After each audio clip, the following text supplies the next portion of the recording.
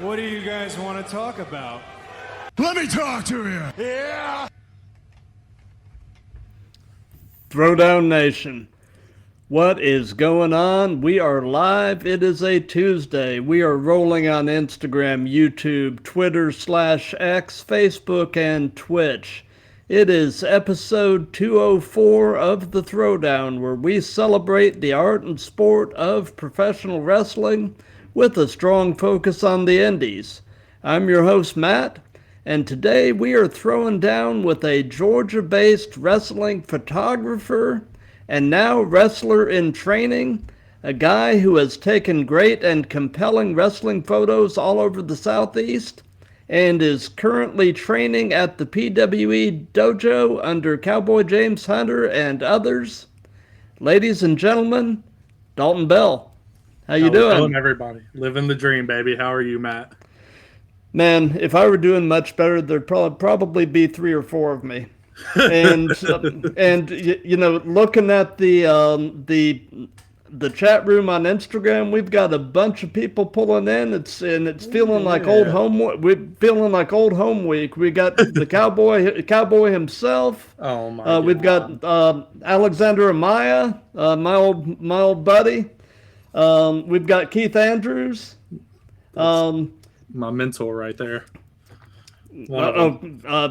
He is an amazing guy. Oh, dude, Keith has been such a good teacher to me, and I will always stomp on that. Like, he's taught me so much since I've gotten into photography, and like I will always be thankful for what he's done for me and my time in the past year. Absolutely. And I've got to shout my wife out, Julia M. Stitches. She's a knitter and crocheter, so that's kind of her thing. But she is also a relatively new wrestling fan. Okay. So. Okay. And, you know, for those of you watching live, let me direct your attention to the ticker that's running on the bottom of the screen. That contains all, or at least most, of Dalton's social media accounts, along with mine. So, you know, do us a favor. If you aren't following or subscribed, take the time and go to each of the platforms and do so. It definitely helps both of us. And any questions or comments, just throw them in the chat, and we'll either handle them as we go or do a little Q&A at the end. So we're going to go ahead and start with not the typical first question, but how long have you been into photography? A year, or like almost over a year. So I got started, funny enough, at Wrestle America, run by Ryan Adler up in Forsyth, Georgia. Great promotion. One show he asked me to take photos on his phone, and he was like, and after the show he was like, "This is great, like this is good." And then I did it again. And he was like, "Dude, you have a talent for this. Get a camera." And so I went and got a camera, not knowing what I was doing in this world. And I went and bought a camera and just took off from there, just going anywhere I can. Gotcha. So you haven't really had any formal training or schooling in photography? You just kind of picked it up? Yes, sir. 100%. I have not been to school one time for photography. Like I said, Keith Andrews has guided me a lot. And being a part of the Keith Andrews media branch has been real cool, like to learn from him. Gotcha. So, you know, we were talking before we went on the air, and you mentioned that you've recently invested in a new camera. So tell us about your camera gear. What all do you use? So I just picked up a Canon R6 Mark II mirrorless camera. It's got 4K 60 frames per second video quality, and then it's got it gets up to like 200,000 ISO, and I can't even tell you the shutter speed yet. I've only got to use it once. I have that. I have my backup camera. My OG camera is the Canon EOS Rebel Mark II, Canon EOS Rebel T7. It's a very standard beginner camera.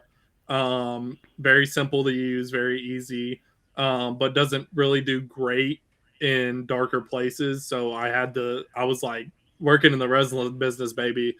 It gets dark. Yep. It gets It dark does. for a reason. And you can't tell everybody to turn up the lighting. Right. So, and then I have a backdrop with newer lights.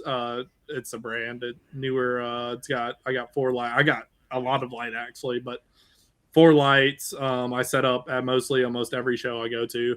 And yeah, that's all I really run with. It's it's a lot of baggage, surprisingly. But yeah. Gotcha. So, as I mentioned, you're also a wrestler in training. So how far along are you in your training? I'm not sure how the curriculum works at the dojo, but how far along are you? How long have you been training?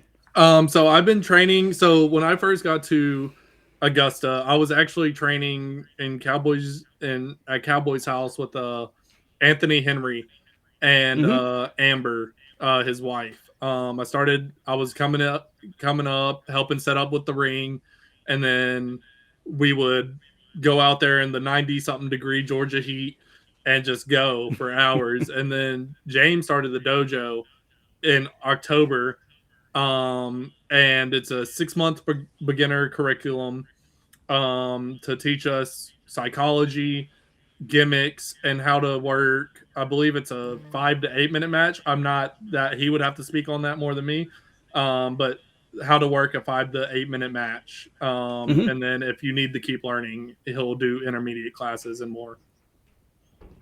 Gotcha. So, I guess in terms of at least the early portions of your training, Okay. what do you feel like was the most challenging aspect of professional wrestling for you to kind of wrap your mind and body around? The athleticism. Not you have to if you're not I used to be an athlete when I was younger. Like I used to run backyard football every day. Like I was told I should have been a tight end. And then once you hit like 18, and if you're not in the sports, like you go and get a working job, and that athleticism kind of fizzles away if you're not doing anything other than that. So It's been the athleticism part and the controlling my body, learning how to use your left and more than your dominant side. Like my dominant side's right, but I struggle with that left side of my body. So it can definitely be that, like learning how to control your body has probably been the biggest issue I've run into. And I'm still working on it because it can take a while just to understand.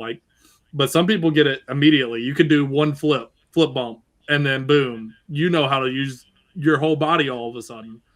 But with me, it's kind of been like I got to do something multiple times to get it down and just keep working at it to learn how to do that.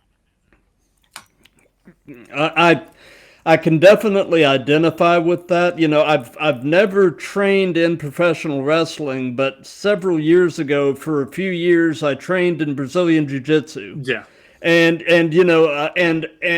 I would have to really, it was a lot of repetition for me to really get a technique down. Right. So yeah, I completely understand. So you were mentioning that you did have something at least of an athletic background prior to professional wrestling. What sports did you participate in before? So I wouldn't say I had an athletic background because my parents would never let me join the football team. Gotcha. But me and all my best friends, we'd go out there every day in the 90-degree, 100-degree Mississippi heat and just run football. Yeah. And that's when I was at like peak form. I actually had abs, and now I just have a gut.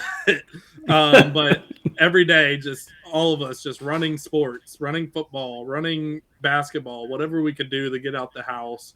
And just we'd go every day of the week, 7 days a week, just going and going and going. And I'm sad I didn't get to play football because my parents wouldn't let me. But It's one of those things where you can't change it now. You just got to keep going. Absolutely. So, I'm presuming because the majority of the people I've had on the show have had this answer, but I'm presuming that you've been at least a fan of professional wrestling the majority of your life. Is that pretty accurate? Yeah.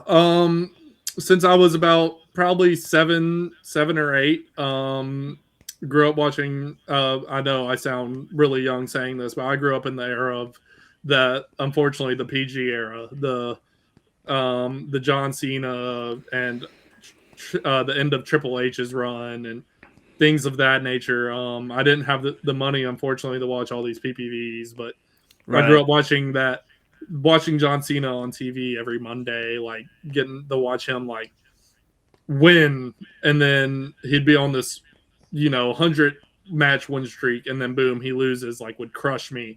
Oh, yeah. And like I grew up during that PG era of it had its excitement throughout the time. Gotcha. So, what would you say is your earliest wrestling related memory? Ooh. Oh my God, that's a good question. It was probably either John Cena, playing the WWE games. Me and my buddies would wrestle just on the trampoline every day as Oh, well, yeah. just doing stuff, and then we'd get mad at each other if we punched somebody. Um, Probably John Cena, just like watching him win, and then all of a sudden, boom, he takes a loss, and it's the most craziest thing. Or like watching him go on a good 10-minute match of, oh, he's definitely not going to win this, and then he makes the craziest comeback in sports entertainment history, like that match, and Yep. the 5 moves of doom, and then it's home. Probably John Cena, like doing his thing, and then having to watch that as he goes as he disappeared out of wrestling. Yep. So, what was your first live show as a fan? Funny enough, so are we talking about just any indie show or any show? Any wrestling show that you were in attendance as a fan. What was your first? So it was an indie wrestling show in Mississippi, in Lake Cormorant, Mississippi, at my high school. I forgot the name of it. That was my first attendance. This was when I was in middle school, maybe, or elementary school. I remember specifically, there was this guy who came out, like his gimmick was an athlete, and I walked up. He came out with one of those hydrating backpacks, like with the water. And Oh, yeah. he put it on the side of the ring, and I went and took it and brought it to me. And he was like, "Hey, man, don't touch that." He came up to me, "Hey, don't touch that." And he turned around straight into a super kick. Like, it was great. And then there was a tag team that was full of clowns, and that freaked me out a lot. And then my first WWE live show was actually with James Hunter. We went last year to SmackDown, and it was the return of the Wyatt Six. That show, like the Wyatt Six made their return on Bray's birthday, and I looked at James beforehand, and I was like, "How much you want to bet Wyatt Six returns tonight?" I just had a feeling, and like, boom, all the lights cut off, and they all just show up, and it was great. Like, that was my first WWE live show down in Savannah. Gotcha. So, away from wrestling and photography and such, what are some of your other hobbies and interests? So I like to I stream. I like streaming games. That's one of my big things I do. That I'm trying to get back into. That, oh my God, do I not have any hobbies?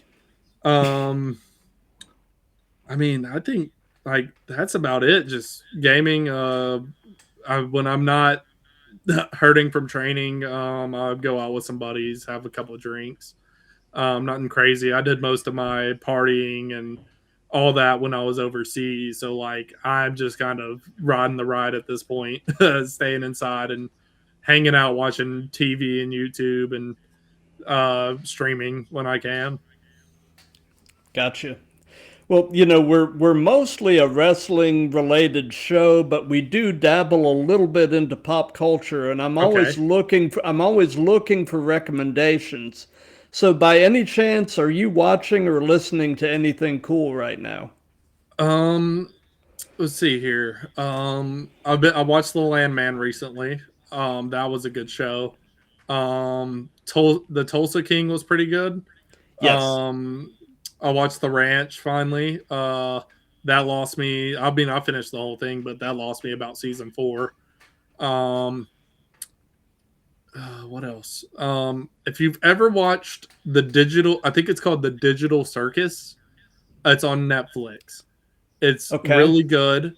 It's an animated show, and it's about like I only watched some episode or two when my sister Ari was in the back with her boyfriend watching it, but it was like these people would get sucked into this game and like they have to find their way out. Like they're these digital characters and they got their own avatars and they have to figure out their way of getting out of the game. It's actually pretty interesting and good animation as well.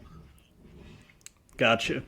So another outside of wrestling and photography type of question, what person inspires you the most and why? That'd be my grandfather. Um, so a little background into my life. I don't want to get too sad. My grandfather and grandmother kind of basically raised me my whole life until she Hmm. passed away in 2017 due to I think it was some type of cancer of the in like intestine cancer or something of that matter. But Gotcha. my grandfather has been my father figure. My dad's still there, but my grandfather has taught me everything I know. He's been one of my biggest rocks ever in this world, and I will every day. I mean, we call each other maybe 2, 3 times a week and just talk about the weather. Like he's been my rock. He's taught me everything I know from how to change my oil in the truck to changing brakes. Um, like that. Like my grandfather is probably my biggest inspiration of who I want to be when I get up in age, closer to him. Just the type of person I want to be and who I look after. Gotcha. Gotcha. So we talked about this a little bit before we went on the air, but I selected a few of your pictures that I just thought were really. It was either they were really cool or they were actually of people that have previously been on the show. Yep. So anyway, I just want to bring a few of those up and just let you speak on them. Uh, so This first one I just really dug. Uh, I just like the composure of it, and like I said, I've had deathmatch guys on, and they all fear the Legos. So yeah. tell us about this picture. It is just so cool. So this was at Pro Wrestling Turbo in Greenville, South Carolina. Great promotion. This is one of the promoters. Funny enough, Josh Powers, Mad Dog Josh Powers. He does almost every wrestler or has a specialty that they like to do. His is the Bad Dog Mayhem match, where there's tables, there's chairs. They do crazy bumps. Um, so this was against another Georgia indie wrestler, Aaron Berry. Um, Mm-hmm. and if y'all know who Aaron Berry is, that's a lot of meat. Yes. And Yes. Josh is also That is a big man. yes, yes. Aaron is a big dude, but so is Josh, and that was a great match. Um, it's also crazy being ringside for these things, and that's what people don't understand. Excuse me. Every match, every Bad Dog Mayhem match, I've been able to witness and take photos for. I've almost been hit by some type of gimmick, whether it's a trash can, a table, a chair, Legos. Like it's just it gets wild. And I forgot what brewery this is at. Turbo doesn't. I don't know if Turbo plans on running this year, because other issues just with breweries closing down. It's hard to get a venue. But yeah, Josh Powers does a great hardcore match. And it's just great because I was trying to figure out how to capture moments like this, and another turbo photographer taught me how to, with just the speed of my shutter speed and all that, and capturing like each Lego coming down. So it's pretty cool to look back and see this, because this was nearly probably almost a year ago, or a little bit less than a year ago. Just it was a great match. This next one, you know, man, I'm going to adjust this a little bit here so we can get more of. There we go. Yeah, man, I've had James Johnson on the show, man, and he is such a great guy. James is one of the sweetest people I know, and he's just such a nice guy. And this was also at Turbo at the Mill. This was a Mad Dog Mayhem match. It was him, Drew Hood, and Don Furio versus D'Angelo, Mean Dean Richards, and Josh Powers. And I caught this. He looked at me coming down the entranceway. And I caught this moment. And it's just, I don't think people understand another fun part of being a photographer is that wrestlers will do certain things like the chat with you. I'll have guys roll over to me and just talk to me like for a minute or two just about their match, like mid-match. Or in Rumbles, they'll talk to me for a minute. Like, it's always fun when people or wrestlers are camera, like, know where the camera is and know where to pose and look for the camera, because you capture cool pictures like this and moments like this. Absolutely. Absolutely. And then top Drew Adler. So this was at WrestleMerica again. This was him versus Christian Taylor. Christian, when I first sent this picture to Ryan Adler, Drew's brother, funny enough, who runs WrestleMerica, Ryan was like, this picture, like, this is the first picture he, like, it pointed out to me. He was like, this captures a lot of emotion and a lot of what's happening. And I mean, Drew's been in the business for 20 plus years. So like, he knows how to sell. He knows how to get that emotion going. Christian in the back, if you can't see, his face is red because he got busted open. His nose, he had a nosebleed mid match, and it played into his American Psycho gimmick. So he just rubbed it all over his face. And it was a good match. Christian Taylor is an amazing wrestler as well. I forgot the name of the wrestler who taught him. James would be able to tell us that because he's more knowledgeable. Drew is one of those wrestlers I look up to, and I hopefully will be able to face one day, and I want to learn from him as well. I've been trying to convince him to get a match with me when I start. It hasn't gone well, but I'm gonna get it. I'm gonna convince him. But yeah, Drew is just so amazing, and he's such a cool human. He is.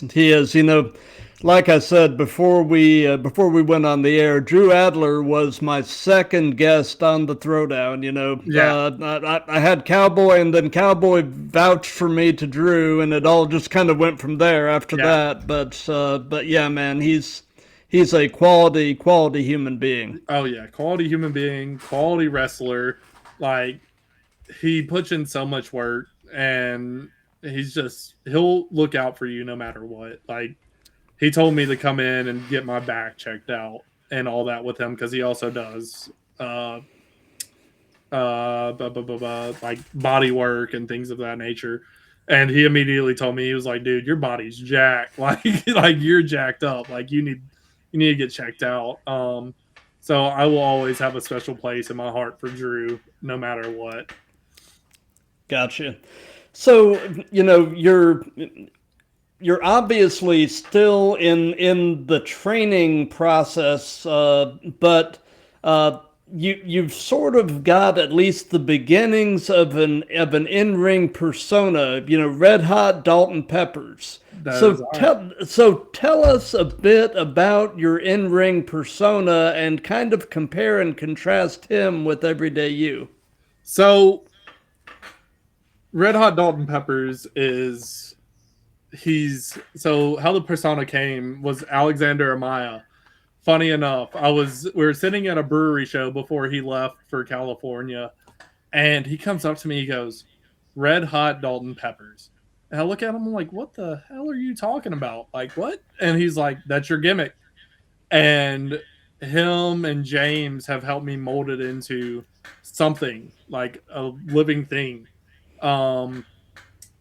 He's from the seventh layer of flavor. He's the Scoville sensation.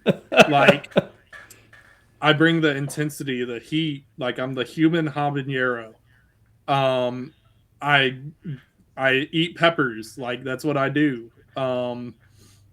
And him compared to me now is just, what's the word for it? Unpredictable. All my trainees, all my people can tell you I'm probably one of the most unpredictable psychopaths you'll ever meet. I'll say something crazy or do something crazy. It's no in between with me. And that's probably the biggest comparison you can compare us to. So yeah, I'm really excited. I have a lucha mask. It'll be a blast, like, to get down the gimmick and learn how to work it. Absolutely. That is very cool. Oh, it's gonna be something. So you're presently based in Augusta, Georgia. Yes. What is your favorite thing about Augusta? The community. Everywhere you turn, it's nice people. No matter what you do or where you go, the community's always together. And it's just a blast to get out and meet all different types of people. There's always something to do. There's always something to do downtown Augusta. There's always something to do in Richmond County. It's just such a good atmosphere to be in, like good people all around. Oh, for sure. Shortly after I had Cowboy on the show, my son and I actually drove out to Augusta for a show at the Savannah River Brewing Company. Really? And yeah. So we were. It was one of the rare Saturday shows, and so we were out there for that, and at that show, I got my first exposure to Miss Betty. and you had her on the show too, right? Yeah, I have, man. She was a treat. She is just awesome. Miss Betty, I love Miss Betty to death. Miss Betty she is great.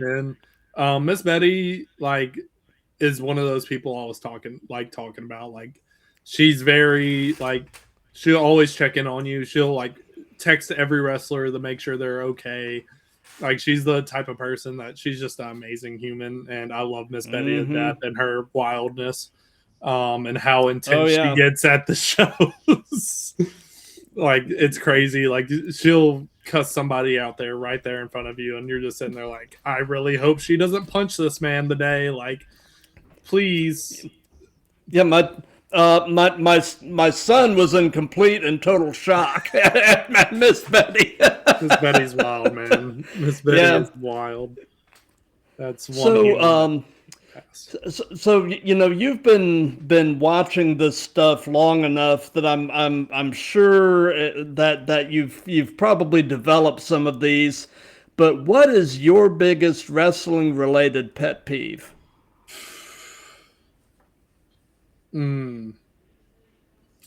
Timing. Timing makes everything. And with me, like, I'm always on my tail about it because I'm military, so on time is my thing. Like, oh yeah, and like, so it's just timing, like timing of everything. Like, I know it's different in the ring, but keeping time, making sure you hit all your spots, like making sure that you're on track so you don't make the promoter or the booker mad, or you have to screw some other wrestler out of their time in their match where they have to switch things up. That's probably my biggest pet peeve, and I'm still new to it, so it's something I'm working on and trying to learn as well. Gotcha. So, and this, over the time I've been doing this, I have used this question in every one of these, and it's become one of my favorite questions because it's been almost a 50-50 split, and everybody has their reasons for answering this one way or the other. Okay. But if you could only be one, would you rather be great in the ring or great on the mic? And why? Great in the ring or great on the mic? I'll tell you this. Great on the mic. Everybody can be great in ring. Not everybody's great on mic. And not everybody's great in ring, technically. But you can be great in the ring. Like, anybody can be great in the ring. But great on the mic, it takes a different type of human to go out there, especially if you make it to, whether it's talking to 3 people or 2 million people. Like, it takes a different type of human to go out there, and you can be told, like James has taught us, you can be given a 3-minute heads up right before you go out. Hey, go cut a 5-minute promo. Like, it takes a different type of human to go out there and cut these things and cut these promos and keep it going and get the fans into it. Like, anybody can be a great wrestler, but it's really hard to be on the, like, great on the mic. It really is. Like, unless you're taught, like, in, like, classes, like you went to a bunch of speech classes and things like that where you got to do it. But it is really hard to be great on the mic. And I feel like nowadays you're starting to see it a lot more. Yeah. But yeah, I think great on the mic, because you can get a booking as a manager, announcer, a promoter, like, or a GM. Yeah. You can get all these different type of bookings. If you're great in the ring, you could just get booked as a wrestler. Yeah, you can just get booked, like, cool, like, but great on the mic, like, is one, like, one of our trainees, Noah, like one of my other fellow trainees, Noah. He's great in the ring so far, and he's great on the mic. Like, he cut a promo this last week or a couple weeks ago for our 4-month evaluations, and I've never, like, there's not many promos I see I'm like, dang, I really want to go see this wrestling show. But, like, he cut a promo about a show that isn't happening, like, because I was part of it, like, pick a day, pick a time, pick who, when, where. And I was like, this show might not be real, but I want to go see it.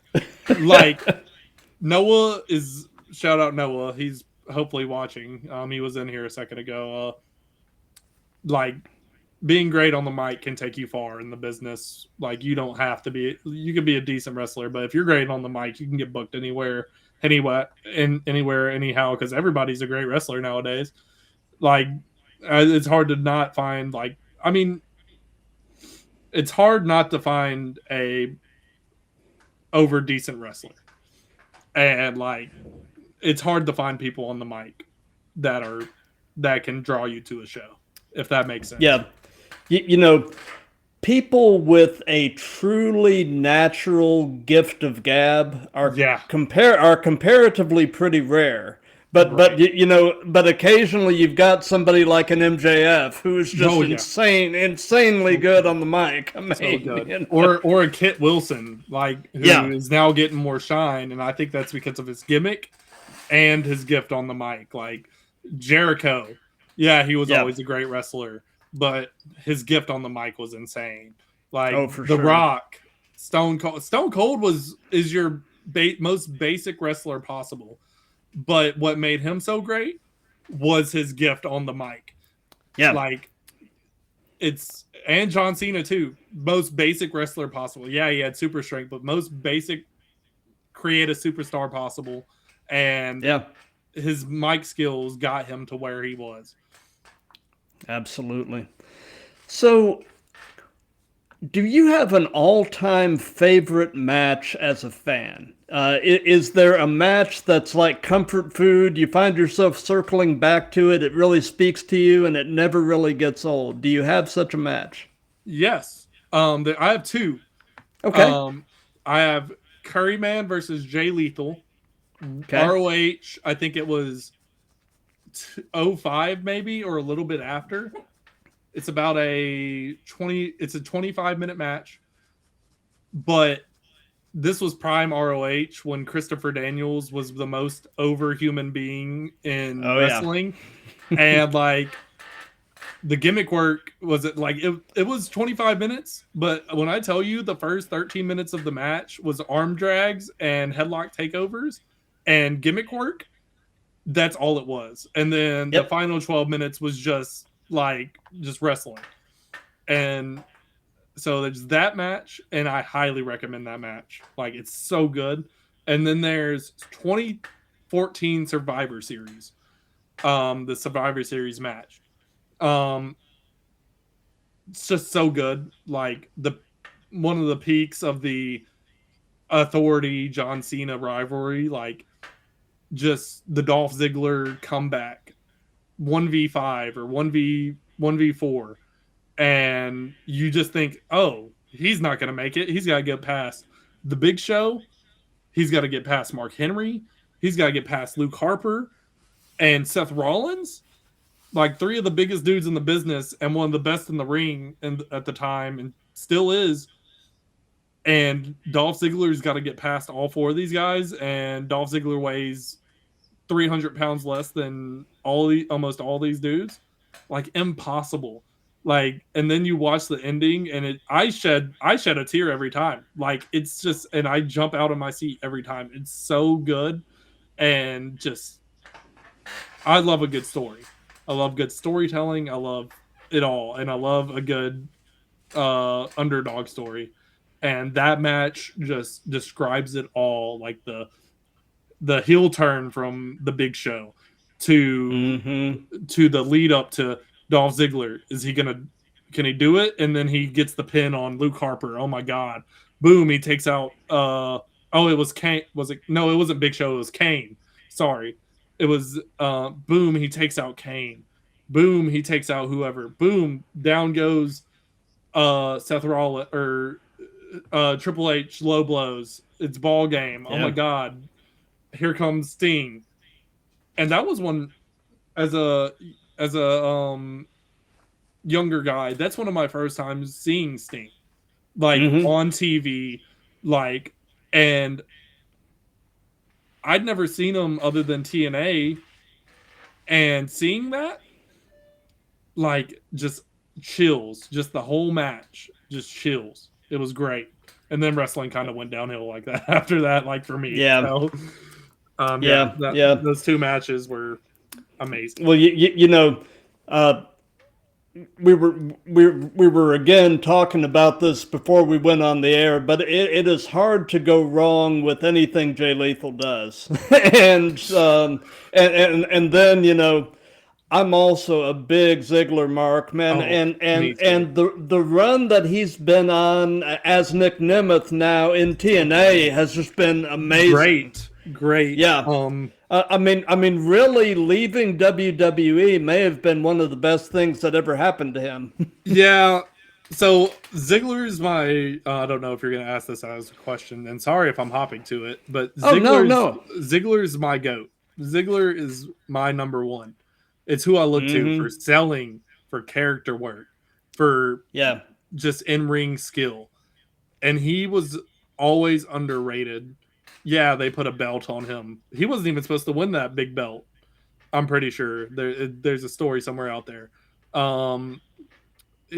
there was like just he's been so underrated his whole career, and I feel like he never got his true chance of being a world champion, and like leaving, he got his big shine when he left WWE, I think, and he went and won championship other places and did his thing.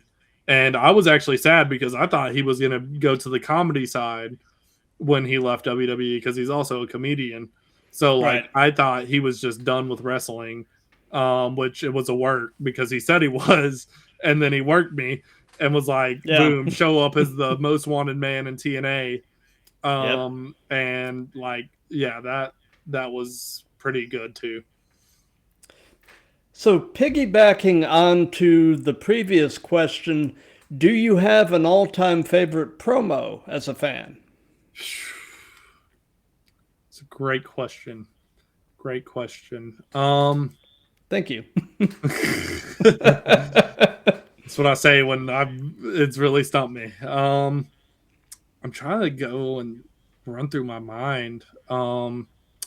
Probably, funny enough, it was Dolph Ziggler's promo on the, who was it on? It was either, I forgot who it was on, but he talked about doing the most out of everyone in the business for so long, and then always still being the underdog no matter what, like never giving your true chance to shine. Him and the Miz, I couldn't name, like the Miz and him just cut such good promos just because they've been two of the top, like, most consistent workers in the past 20 years and such business guys, and they've always just been the most underrated. I feel like their promos, both of them, just cutting promos about that, are always good, especially that one where the Miz shot on Bryanson and basically told him, like, you were giving all these opportunities while I was still busting my ass for a decade in, and I was still never given the chances you were. Like, those promos were cinema. Like, those two are some of the best promo workers there are. Absolutely. So, I mean, obviously you're still going through training at this point, but what is your favorite move? What is something you just really enjoy doing? And on the flip side of that, is there a move that scares you? I really want to learn. I've been trying to get James to teach me this, and I hope he's in here because the Canadian Destroyer, I will learn it. But my favorite move so far has been the hip toss stunner. It's where you bounce off the ropes, the person goes for a hip toss, and you spin and get them and hit them with the stunner. I was watching old, because nobody takes from older wrestling anymore. Nobody will go watch old ROH and do the moves that these wrestlers used to do. And they're not used anymore. And Sal Rinauro, I saw his match against Lethal in 05, and he did it, and I was like, this move is great. And I told Drew Adler about it and Sal, and both of them basically looked at me and said the same thing. They were like, I've been telling people to do this move for years, and people and wrestlers will always tell us, like, or tell them, like, it won't work or it's not a good move. But if you're someone my size, 6'1", like 200, doing this move, you're going to get a pop because no one expects that out of you. No one expects that type of agility or reversal out of you. So I think that move has probably been my favorite to learn. And then a move I'm scared to take is, I will admit this every day, is the back body drop. Is one I can understand that move. Like, Cowboy was like, all right, we're doing back body drops. Out of like 6, I was only able to do one right. like I don't know, like it's just the height, like you're not even like it's just the height you get on it.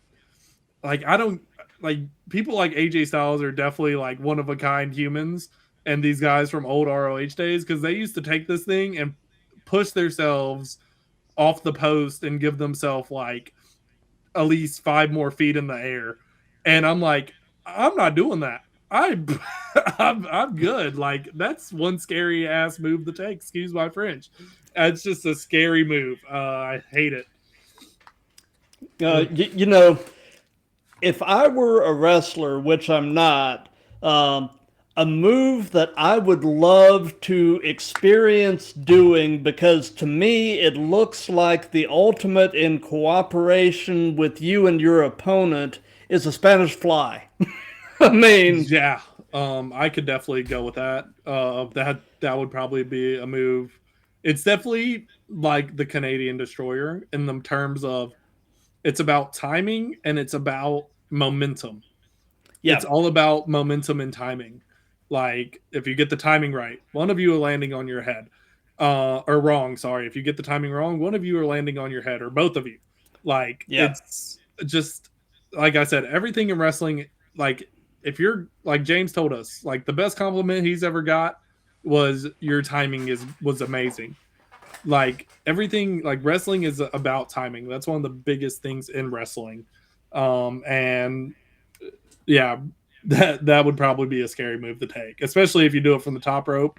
I watched one this past week at Viral Pro Wrestling, and it almost went completely wrong off the rope. And they almost like if he didn't flip dude into a suplex looking thing, brother, somebody was gonna have either hurt in the morning or wake up in the hospital. Like yeah. that's definitely a scary move. Yep. So, what is your take on the role that social media is playing as a promotional tool in wrestling, specifically indie wrestling? It's helped so much with wrestling, I think. We're in the social media era right now, of wrestling. There's 4 different eras. Of course, you have your Carney era. You have your I forgot the other 2 actual names, or is it territory era? I can't remember. Territories, yeah. Territories, and then you have your television era, and now we're in the social media era. Cowboy will probably chew me out because there's actual name to these eras, and I completely forgot them. But I think it's done really great, like wise of helping wrestlers, as well as back in the day, you hear stories of wrestlers driving 15 hours and not knowing if they're even going to be booked on the show.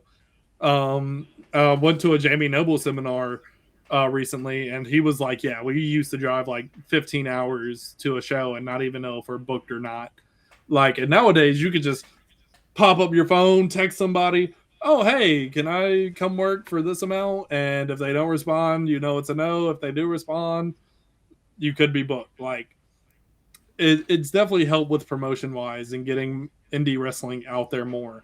I feel like this is the past couple of years have been the biggest years for indie promotions and indie wrestling in general since before the 2000s kicked off, when crappy wrestling began, like, and all that. So I think it's really truly helped get more people out there and get more people involved in the wrestling.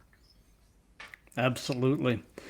So, knowing everything you know at this point in your life, if you could give any advice to your younger self, what would it be? God, I tell them a lot of things. Jesus, don't go out drinking too late. It'd probably be, man, that's a great question. You stumped me. It'd probably be to keep your head up, and the rough years will pass. I've unfortunately lived a few rough years in my life, and I bet there's going to be plenty of more.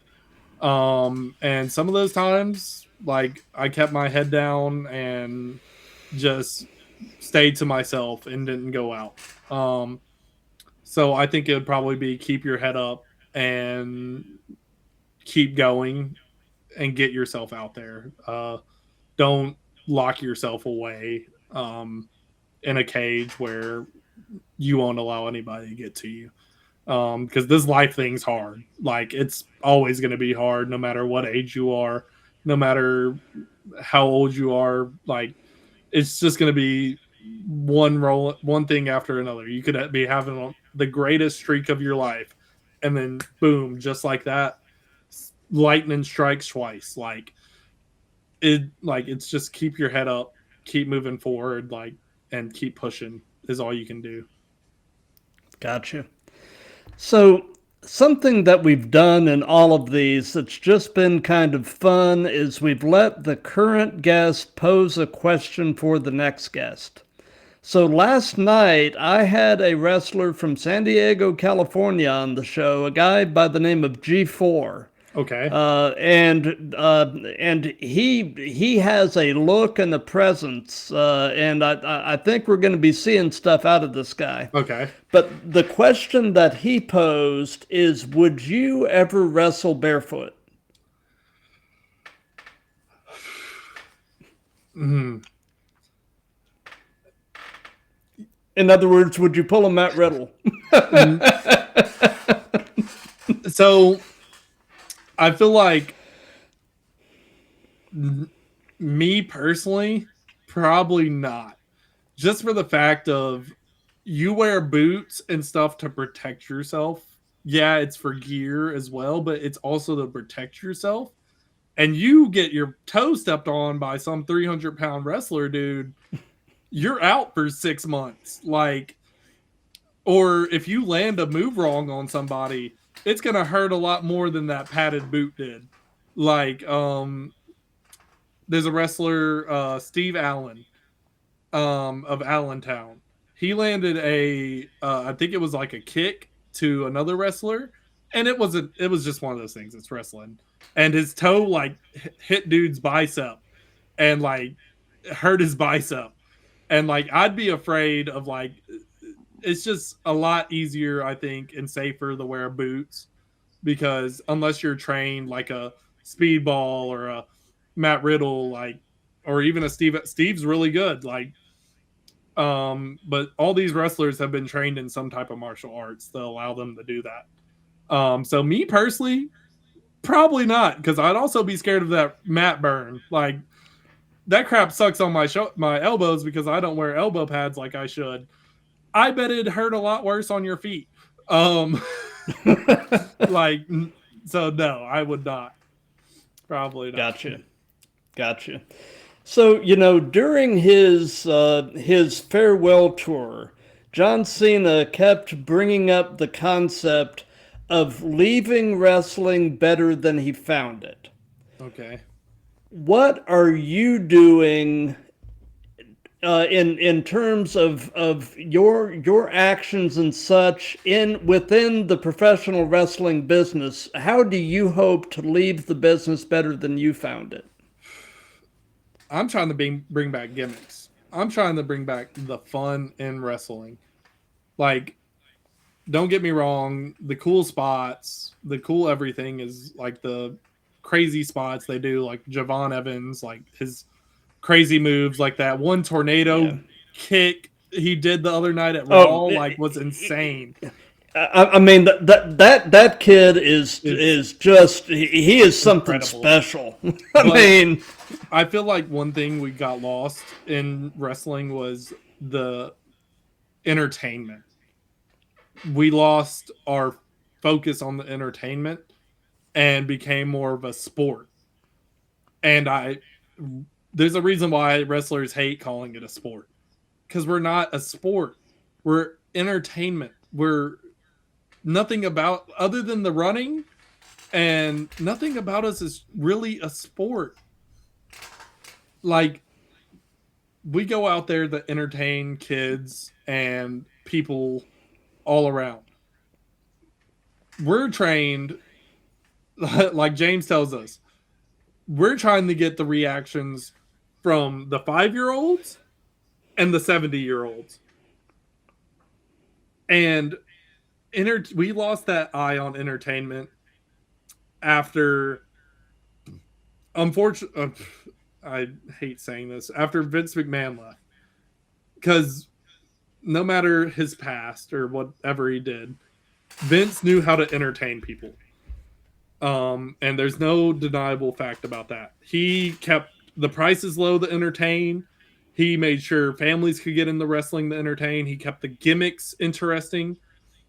And I think once gimmick died out, like, we lost the actual fun in wrestling, in my personal opinion. And I want to bring that fun back into wrestling. I want to bring back the gimmicky part where we did, like, a great example of this is Wade Adams. Great wrestler down in here at Augusta. Gimmicks, fun, like, bring back that entertainment that we once had back in with the good wrestling. Like, if we can combine the gimmicks with the good wrestling, like Christopher Daniels did with Curryman, Yeah. wrestling wouldn't be thought of like about dying out. Because funny enough, Jamie Noble looked at us at our seminar a couple weeks ago and he goes, praise the Lord, I pray to the Lord this doesn't happen, but in the next year wrestling's going into a recession. He was like, in the next year and a half, wrestling's going back into another recession. And he was like, I hope it doesn't happen. If it doesn't happen, great. But he thinks that wrestling's going to go into another recession. And the only thing to keep it alive until something sparks up again is going to be indie wrestling. So I think a big game changer for wrestling to stay alive is combining the gimmicks with the good wrestling again. Bring back the entertainment while doing the sporty part of the business. All the excitement, like gimmicks is what I want to bring back. The fun that we have in wrestling. Gotcha. So, are there any upcoming shows that you're going to be at doing photography? Where can people see you? So this Saturday we have our PWE Phoenix Wrestling Experience has our second base show ever on Fort Gordon. We have two shows that day. We have a I might be wrong, 4:00 show for the AIT kids, and then a 7:00 show for families and everybody. And then I have one FW, One Fall Wrestling on March 7th and 8th. 7th is a show and winder, and then the 8th is a TV taping, a free TV taping, by the way, at their arena in I think it's Watkinsville. And then I have PWE again, March what day is that? The 12th. We have Clover Clash.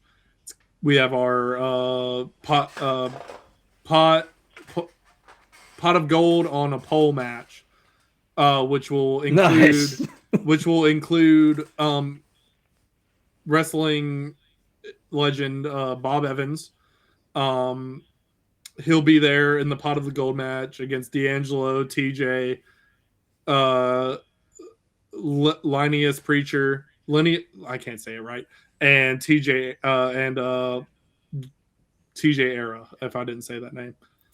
I'll have that, and then WrestleMerica the 14th, and then a few more bookings that month with one FW and a couple other shows. So March 7th, you're going to be in Winder? Yes, sir. I'll be in Winder.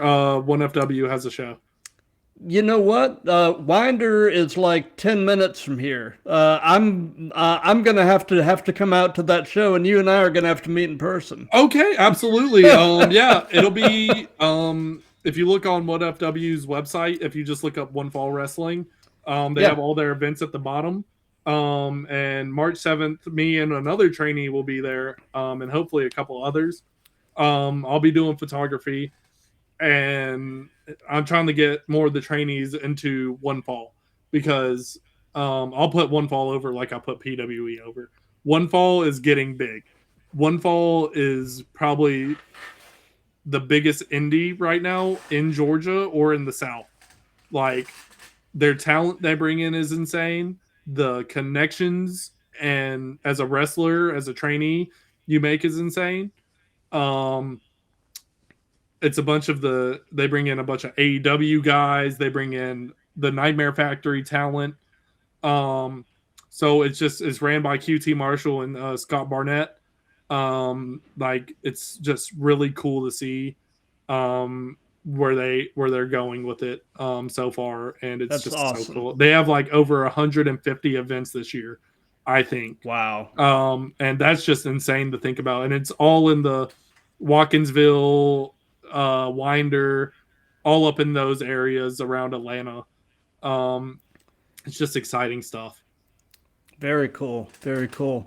Well, as far as what we've got coming up on the Throwdown, tomorrow night, Wednesday the 25th, 7 p.m. Eastern, we've actually got a rescheduled episode 202.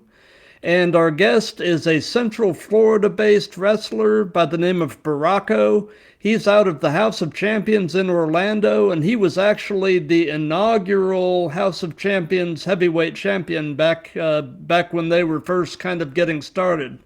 But I'm definitely excited to pick his brain.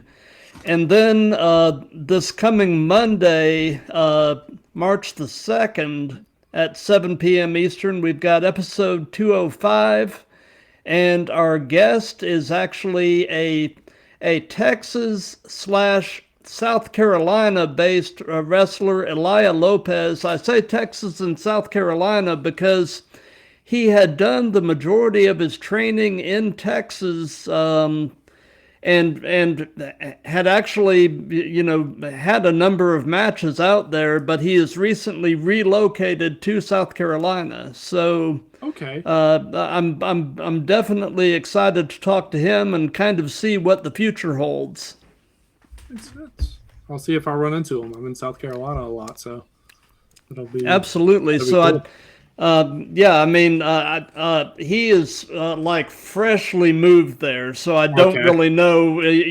I'll be talking to him and kind of finding out what his plans are. But anyway, Dalton, this has been an absolute pleasure. I've had a complete blast with you, so thank you for your time. No, thank you, Matt. I really appreciate what you're doing for the business in general. Getting the indie guys out here, people like trainees like me or production people like me, getting them on here, getting them a platform to come talk. It's been an honor, and I appreciate you. And hey, hopefully in the next year, I can come back on, baby, and then things can get really spicy. No doubt. But anyway, for those of you that have been watching this live, thank you. For those of you that'll be seeing this on replays and such, thank you for that. If you like what we've got going here, definitely do the old like, comment, share, and subscribe. And until tomorrow night at 7 with Baracco, be good to each other, love each other, and let's keep throwing down. What do you say?